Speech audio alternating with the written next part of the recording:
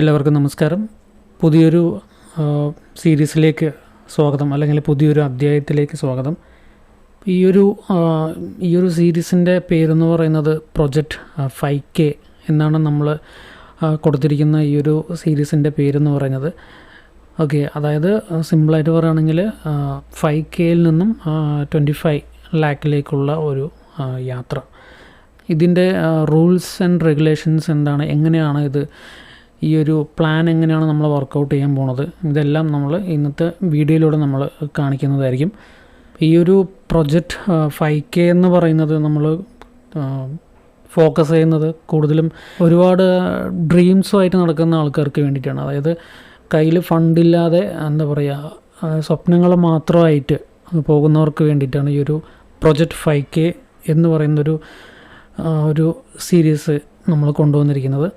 ചിലർക്ക് വീട് വയ്ക്കാനുള്ള ആഗ്രഹം കാണും, ചിലർക്ക് ബൈക്ക് വാങ്ങാൻ, ചിലർക്ക് കാർ വാങ്ങണം, അല്ല മറ്റു ചിലർക്ക് ഇപ്പോൾ എന്താ പറയുക, ഒരു ജോലിയിലേക്ക് ഇപ്പം വല്ല സ്റ്റാർട്ട് ചെയ്ത ആൾക്കാർക്കാണെങ്കിൽ ഫ്യൂച്ചറിൽ ഒരു മാരേജ് എന്ന രീതിയിൽ പോകുന്നവർക്ക്, അങ്ങനെ ഒരുപാട് ആഗ്രഹങ്ങളോ അല്ലെങ്കിൽ ഒരുപാട് കമ്മിറ്റ്മെൻറ്റുമായിട്ട് പോകുന്നവർക്ക് വേണ്ടിയിട്ടാണ് ഈ ഒരു പ്രൊജക്റ്റ് 5K എന്ന് പറയുന്നത്.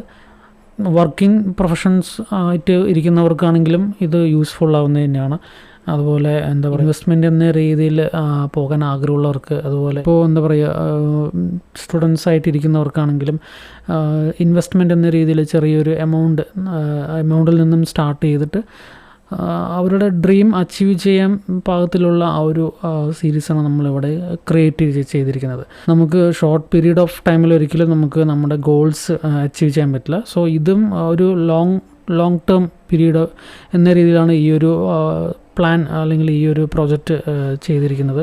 സോ അപ്പോൾ ഇതിൻ്റെ റൂൾസ് എന്താണ്, അതുപോലെ എന്തൊക്കെയാണ് നമ്മൾ ഇതിൽ മെയിനായിട്ട് ഫോക്കസ് ചെയ്യേണ്ടത്, ഇതെല്ലാം നമുക്ക് ഓരോന്നായിട്ട് തന്നെ നമുക്ക് നോക്കാം. ഇതിൽ നമ്മൾ മെയിനായിട്ട് കുറച്ച് റൂൾസ് ഫോളോ ചെയ്യേണ്ടതായിട്ടുണ്ട്. അതിൽ ആദ്യം എന്ന് പറയുന്നത് don't give your money to anyone to trade or investment. അതായത് പ്രൊജക്റ്റ് 5K എന്ന് പറയുന്ന ഈ ഒരു സീരീസിന് വേണ്ടി നിങ്ങളുടെ കയ്യിലുള്ള എമൗണ്ട് ഒരിക്കലും മറ്റൊരാളുടെ കയ്യിലോ അല്ലെങ്കിൽ ട്രേഡ് ചെയ്യാൻ അറിയുന്ന ഏതെങ്കിലും വ്യക്തിയുടെ കയ്യിലോ നിങ്ങൾ കൊടുത്തിട്ട് അവരെ കൊണ്ട് ഒരിക്കലും ചെയ്യിപ്പിക്കരുത്. ഓക്കെ, കാരണം എന്താണെന്ന് പറഞ്ഞാൽ എമോഷൻസ് അല്ലെങ്കിൽ സൈക്കോളജി ഒരിക്കലും വർക്ക് ചെയ്യില്ല. സ്വന്തമായിട്ട് ചെയ്യുന്ന സമയത്ത് മാത്രമേ ഈ ഒരു സ്ട്രാറ്റജി അല്ലെങ്കിൽ ഈ ഒരു പ്ലാൻ വർക്കാവുള്ളൂ. ഓക്കെ, അപ്പോൾ അതുകൊണ്ടാണ് പറയുന്നത് ഒരാളുടെ കയ്യിലും ട്രേഡിങ് എന്ന പേരിൽ കാശ് കൊണ്ട് കൊടുക്കരുത്. പിന്നെ ഒരുപാട് എന്താ പറയുക, സ്കാം നടക്കുന്നുണ്ട്. ഇന്ന് ഒരുപാട് സ്കാം നടക്കുന്നുണ്ട് ഇൻവെസ്റ്റ്മെൻറ്റിൻ്റെ പേരിലും അതുപോലെ ട്രേഡിങ്ങിൻ്റെ പേരിലും. സോ അതുകൊണ്ടാണ് പറയുന്നത് ഒരാളുടെ അടുത്ത് പോലും സ്വന്തം എമൗണ്ട് മറ്റൊരാളുടെ കയ്യിൽ ഒരിക്കലും കൊടുക്കരുത്. രണ്ടാമത്തെ പോയിൻ്റ് എന്ന് പറയുന്നത് need to know basic functions of Indian stock market. അതായത് ഇന്ത്യൻ സ്റ്റോക്ക് മാർക്കറ്റിനെ കുറിച്ച് ഒരു ബേസിക് ആയിട്ടുള്ളൊരു നോളേജ് വേണം. ഇന്ത്യൻ സ്റ്റോക്ക് മാർക്കറ്റ് എന്താണ്, എങ്ങനെയാണ് അത് റൺ ചെയ്യുന്നത്, BSE എന്താണ്, NSE എന്താണ്, അതുപോലെ അതിൻ്റെ ടൈമിംഗ് എന്താണെന്നുള്ളത്, ദെൻ സ്റ്റോക്ക് പറഞ്ഞാൽ എന്താണ്, അത് ബേസിക് ആയിട്ടുള്ള അറിയേണ്ട കാര്യങ്ങളാണ്. ഇന്ത്യൻ സ്റ്റോക്ക് മാർക്കറ്റിലാണെങ്കിലും ഏതൊരു മാർക്കറ്റിലാണെങ്കിലും സ്റ്റോക്സ് പറഞ്ഞാൽ എന്താണ്. ഓക്കെ, അപ്പോൾ കമ്പനിയുടെ ഷെയർസ് എങ്ങനെയാണ് മാർക്കറ്റിൽ, പബ്ലിക്കിന് അതെങ്ങനെയാണ് ലഭിക്കുന്നത്. അതുപോലെ മൂന്നാമത്തെ പോയിൻ്റ് എന്ന് പറയുന്നത് need to know how to buy and sell a stock in delivery basis. അതായത് ഒരു സ്റ്റോക്ക് ബൈ ചെയ്യാനും സെല് ചെയ്യാനും അറിഞ്ഞിരിക്കണം. മെയിനായിട്ട് ഇപ്പോൾ എല്ലാവരും ഈ ഇൻട്രാഡേ എന്ന രീതിയിൽ ട്രേഡ് ചെയ്യുന്നവരാണെങ്കിൽ പോലും ഡെലിവറി ബേസ്ഡ്, അതായത് ലോങ് ടേം ഹോൾഡിംഗ് എന്ന രീതിയിൽ ബൈ ചെയ്യാനും സെല് ചെയ്യാനും അറിഞ്ഞിരിക്കണം. ഓക്കെ, ഇപ്പോൾ ഇൻട്രാഡേ എന്ന് പറയുന്ന ആ ഒരു രീതിയിലുള്ള ഒരു ട്രേഡിംഗ് സെറ്റപ്പ് നമുക്ക് ഇവിടെ ഈ ഒരു പ്രൊജക്റ്റ് 5Kയിൽ നമുക്ക് ഒരിക്കലും അത് ഇംപ്ലിമെൻറ്റ് ചെയ്യാൻ പറ്റില്ല. ഓക്കെ, നാലാമത്തെ പോയിൻ്റ് എന്ന് പറയുന്നത് this project is not for options അല്ലെങ്കിൽ ഫ്യൂച്ചേഴ്സ് ട്രേഡിങ്. അതായത് ഓപ്ഷൻ ട്രേഡിങ്ങും ഫ്യൂച്ചേഴ്സ് ട്രേഡിങ് അതുപോലെ എക്സ്പയറി എന്ന രീതിയിൽ വരുന്ന ട്രേഡുകൾ ഈ ഒരു പ്രൊജക്റ്റ് 5K നമുക്കൊരിക്കലും ഇംപ്ലിമെൻറ്റ് ചെയ്യാൻ പറ്റില്ല. This project is only for stock trading. Okay, ഈ ഒരു സ്ട്രാറ്റജി അല്ലെങ്കിൽ ഈ ഒരു പ്ലാൻ എന്ന് പറയുന്നത് സ്റ്റോക്ക് ട്രേഡിങ് മാത്രമേ നമുക്ക് ഇംപ്ലിമെൻറ്റ് ചെയ്യാൻ പറ്റുള്ളൂ. ഓപ്ഷൻസ് ആൻഡ് ഫ്യൂച്ചേഴ്സ് ട്രേഡിങ്ങിൽ എന്തുകൊണ്ട് പറ്റുന്നില്ല എന്ന് പറഞ്ഞാൽ, ഇൻ കേസ് നമ്മൾ ലോസിലേക്ക് പോകുന്ന സമയത്ത് നമുക്ക് സ്റ്റോക്ക് ട്രേഡിംഗ് ആണെങ്കിൽ നമുക്ക് ഡെലിവറി ബേസ്ഡ് ആയിട്ടുള്ള ട്രേഡിങ് ചെയ്യുമ്പോൾ നമുക്ക് ഹോൾഡ് ചെയ്യാൻ പറ്റും. ഓപ്ഷൻസിൻ്റെ കേസിൽ നമുക്ക് ട്രേഡ് ഹോൾഡ് ചെയ്യാൻ പറ്റില്ല. ഹോൾഡ് ചെയ്താൽ നമുക്ക് നമ്മുടെ വാല്യൂ എന്താ പറയുക പ്രൈസ് വാല്യൂ എന്ന് പറയുന്നത് സീറോയിലേക്ക് പോകും. അതുപോലെ ഫ്യൂച്ചേഴ്സ് എന്ന് പറഞ്ഞാൽ അതിൻ്റെ എക്സ്പയറി ഉണ്ട്. സോ എക്സ്പയറി ആയിട്ടുള്ള ട്രേഡിംഗ് സെറ്റപ്പ് നമുക്ക് ഒരിക്കലും ഇതിൽ ഇംപ്ലിമെൻറ്റ് ചെയ്യാൻ പറ്റില്ല. അതുകൊണ്ടാണ് സ്റ്റോക്ക് ട്രേഡിംഗ് എന്ന് ഞാൻ പ്രത്യേകം പറയുന്നത്. ഓക്കെ, ആറാമത്തെ പോയിൻ്റ് എന്ന് പറയുന്നത് this project will work only in swing trading as delivery. അതായത് ഇൻട്രാഡേ എന്ന രീതിയിൽ നമുക്ക് ഈ ഒരു ട്രേഡിംഗ് സെറ്റപ്പ്, ഈ ഒരു പ്രോജക്റ്റ് 5K നമുക്ക് ഒരിക്കലും ഇംപ്ലിമെൻറ്റ് ചെയ്യാൻ പറ്റില്ല. സ്വിംഗ് ട്രേഡിംഗ്, അതായത് ഒരു ഇതിൽ പറയുന്നുണ്ട് മിനിമം ഹോൾഡിംഗ് പീരീഡ് എന്ന് പറയുന്നുണ്ട് 1 to 3 months. അതായത് മിനിമം നമ്മൾ ഒരു മാസമെങ്കിലും ഹോൾഡ് ചെയ്യണമെന്ന് പറയുന്നുണ്ട്. കാരണം എപ്പോൾ വേണമെങ്കിലും നമ്മൾ നൽകുന്ന സ്റ്റോക്കുകൾ ആ ഒരു ടാർഗറ്റ് പെർസെൻറ്റേജ്, ഇപ്പോൾ ടാർഗറ്റ് പെർസെൻറ്റേജ് എന്ന് പറയുന്നത് 10% to 12% നമ്മളൊരു ആവറേജ് എന്ന രീതിയിൽ വച്ചിരിക്കുന്നത്. സോ ഇത് 1 monthൻ്റെ ഉള്ളിൽ അച്ചീവ് ചെയ്യാം, 15 daysൻ്റെ ഉള്ളിൽ അച്ചീവ് ചെയ്യാം, ചിലപ്പോൾ 3 months എടുത്തേക്കാം. ഓക്കെ, അതുകൊണ്ടാണ് മിനിമം 1 month എന്ന് നമ്മൾ പ്രത്യേകം പറയുന്നത്. ഓക്കെ, ഇതിൽ പ്രത്യേകം ശ്രദ്ധിക്കേണ്ട ഒരു കാര്യം എന്താണെന്ന് പറഞ്ഞാൽ, ഇപ്പോൾ 1 month ഹോൾഡ് ചെയ്യണമെന്ന് പറഞ്ഞ് അതിനർത്ഥം ഒരു മാസം കഴിഞ്ഞിട്ട് നോക്കണം എന്നല്ല ഉദ്ദേശിച്ചത്. ഓക്കെ, ചിലവർ ബൈ ചെയ്തെങ്ങാണ്ട് 30 ദിവസം അല്ലെങ്കിൽ 50 ദിവസം കഴിഞ്ഞിട്ടായിരിക്കും നോക്കുന്നത്. അങ്ങനെ ഒരിക്കലും ചെയ്യരുത്. സ്വിംഗ് ട്രേഡിംഗ് എന്ന് പറഞ്ഞാൽ നിങ്ങൾ ഡെയിലി ചെക്ക് ചെയ്യുക തന്നെ വേണം. അതായത് ഒരു മോർണിംഗ് 10:30 or 11:30 ഒരു 5 minute നോക്കാനുള്ള ഒരു സമയം നിങ്ങൾ കണ്ടെത്തുക തന്നെ വേണം. അതും അല്ലെങ്കിൽ ആഫ്റ്റർനൂൺ ഒരു 2 മണിക്ക് ശേഷം നിങ്ങൾ അത് ഒന്ന് ചെക്ക് ചെയ്ത് നോക്കണം. ഡെയിലി ചെക്കിങ് നിർബന്ധമാണ് ഇതിൽ. കാരണം എന്താണെന്ന് പറഞ്ഞാൽ നമ്മൾ നൽകുന്ന സ്റ്റോക്കുകൾ ചിലപ്പോൾ 2 ദിവസത്തിനുള്ളിൽ ഈ പറയുന്ന 10%ലേക്ക് ചിലപ്പോൾ പോയേക്കാം. അല്ലെങ്കിൽ 10 ദിവസം കഴിഞ്ഞ് അല്ലെങ്കിൽ 15 ദിവസം 2 weeks കഴിഞ്ഞതും ഈ പറയുന്ന ഒരു ടാർഗറ്റിലേക്ക് അച്ചീവ് ചെയ്തേക്കാം.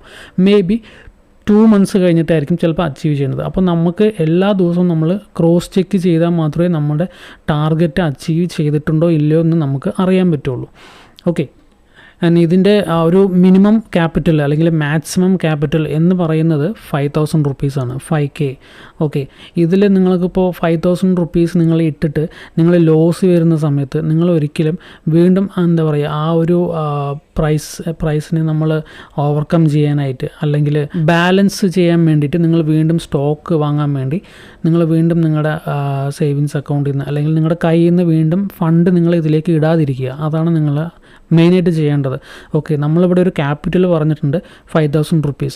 അതിൽ കൂടുതൽ നിങ്ങൾ ഒരിക്കലും ഇതിൽ എന്താ പറയുക ഡെപ്പോസിറ്റ് ചെയ്യാതിരിക്കുക. നമ്മൾ പ്ലാൻ ഏതാണോ 5K എന്ന് പറയുന്നൊരു പ്ലാൻ ആണോ അതിൽ തന്നെ സ്റ്റിക്ക് ചെയ്ത് നിൽക്കുക.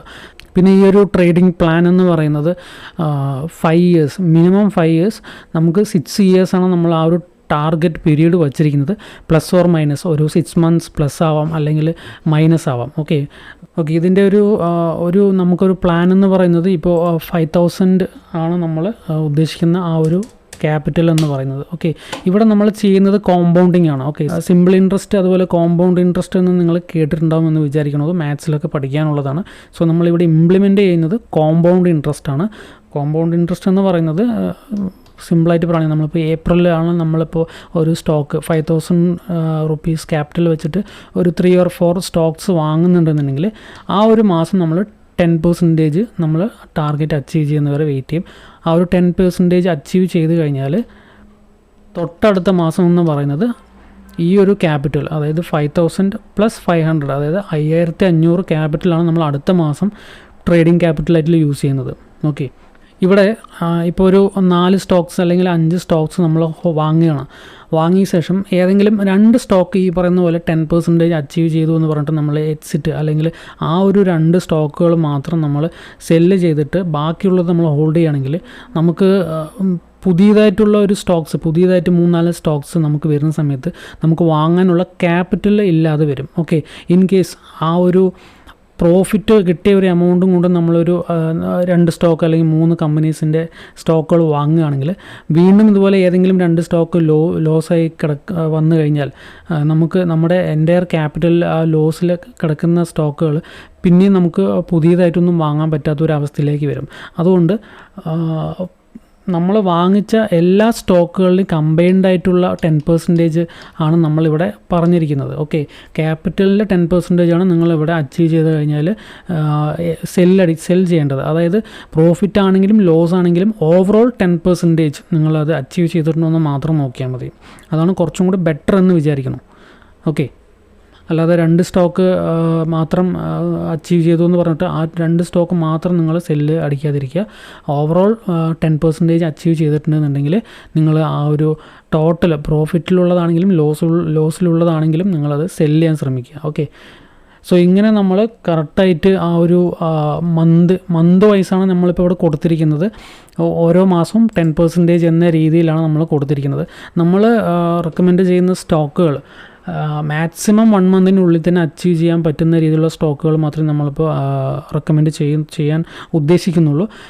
ഇൻ കേസ് ആ ഒരു മന്ത് നമ്മൾ അച്ചീവ് ചെയ്യാൻ പറ്റിയില്ലെങ്കിൽ തൊട്ടടുത്ത മാസം ഒരു മാക്സിമം 2 മന്ത്സിനുള്ളിൽ അച്ചീവ് ചെയ്യത്തക്ക രീതിയിലുള്ള സ്റ്റോക്കുകളായിരിക്കും കൂടുതലും പറയുന്നത്. ഓക്കെ, സോ അങ്ങനെ നോക്കുന്ന സമയത്ത് നമ്മളിപ്പോൾ ഒരു ഏപ്രിൽ 1-ാം തീയതിയാണ് നമ്മൾ സ്റ്റോക്ക് വാങ്ങുന്നത് എന്നുണ്ടെങ്കിൽ മാക്സിമം നമ്മൾ 6 ഇയേഴ്സാണ് നമ്മൾ ആ ഒരു ടാർഗറ്റ് വെച്ചിരിക്കുന്നത്. അപ്പോൾ 6 ഇയേഴ്സിൽ ഈ കോമ്പൗണ്ടിങ് ഇൻട്രസ്റ്റ് എന്ന രീതിയിൽ അത് നോക്കുന്ന സമയത്ത് കറക്റ്റായിട്ട് ഓരോ മാസവും ഇതേ രീതിയിൽ പോകുകയാണെന്നുണ്ടെങ്കിൽ 47 lakhs എത്താനുള്ള പോസിബിലിറ്റി ഉണ്ട്. ബട്ട് നമ്മൾ അത്രയും കൊണ്ടുപോകുന്നില്ല. ഒരു 25 lakhs എന്ന രീതിയിൽ അച്ചീവ് ചെയ്യത്തക്ക രീതിയിലാണ് നമ്മൾ ഈ ഒരു പ്രൊജക്റ്റ് 5K ഇപ്പോൾ ഇനീഷ്യലി സ്റ്റാർട്ട് ചെയ്തിരിക്കുന്നത്. ഓക്കെ, ഇവിടെ നിങ്ങൾ ചെയ്യേണ്ട വേറൊരു കാര്യം എന്താണെന്ന് പറഞ്ഞാൽ നിങ്ങൾ ഈ 5,000 ക്യാപിറ്റൽ നിങ്ങൾ ഒരിക്കലും വിഡ്രോ ചെയ്യാതിരിക്കുക. അതാണ് ഏറ്റവും ഇമ്പോർട്ടൻ്റ് ആയിട്ടുള്ള കാര്യം.